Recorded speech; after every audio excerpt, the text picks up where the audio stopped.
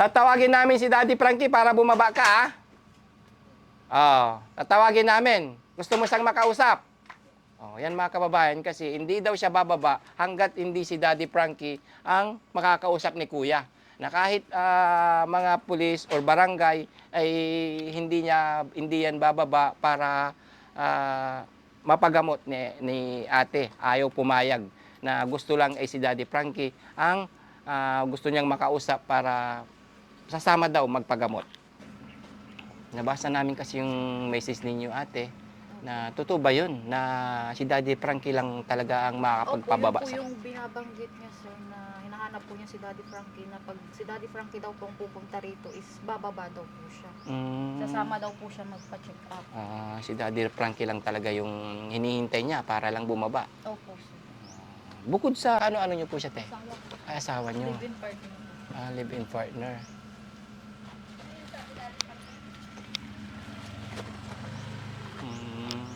Mga kababayan.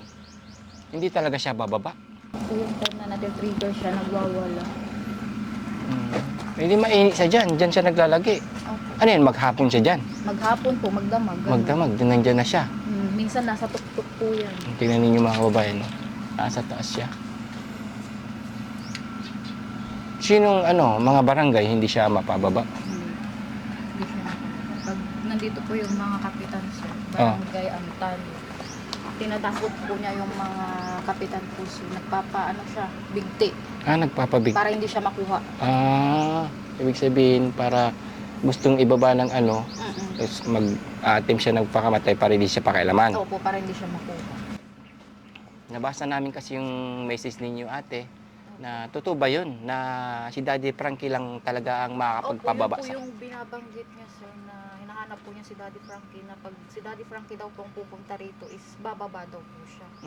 Sasama daw po siya magpa-check up. Si Daddy Frankie lang talaga yung hinihintay niya para lang bumaba. Opo, sir. Bukod sa sa barangay, wala nang ibang Pulis din po. may mga pulis pa rin. Opo, kasi po yan eh. Nung isang araw po ata yung nagbato siya dyan sa kapitbahay kasi may nakita siyang puting sasakyan. Akala daw po niya yung puting sasakyan na yon may tao na yun yung po yung papatay sa kanya. Talagang Opo. medyo na siya, no?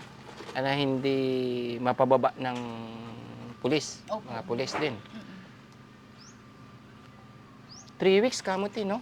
Nag-start daw po yan ng 20. Pero bago po siya, yung gabing nagwala siya, 1 week po siyang nagkulong sa bahay nila. As in, sarado po lahat kasi takot po siya. Usapin mo nga, Rab. Usapin mo nga. Kuya, kamusta? Okay ka lang? Kumusta, kuya? Kamusta ka dyan? Di ba mainit dyan? Hindi naman mainit. Kumain ka na. Bakit ka nandyan? Ha? Sinong papatay sa'yo? Paano ka nakakapunta dyan?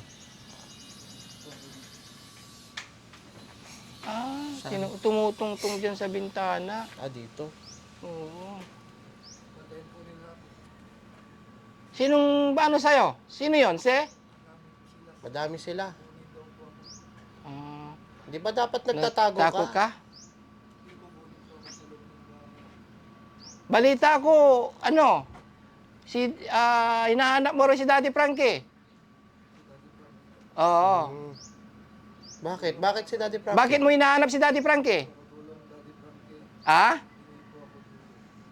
Hingi ka ng tulong. Baba ka muna dyan.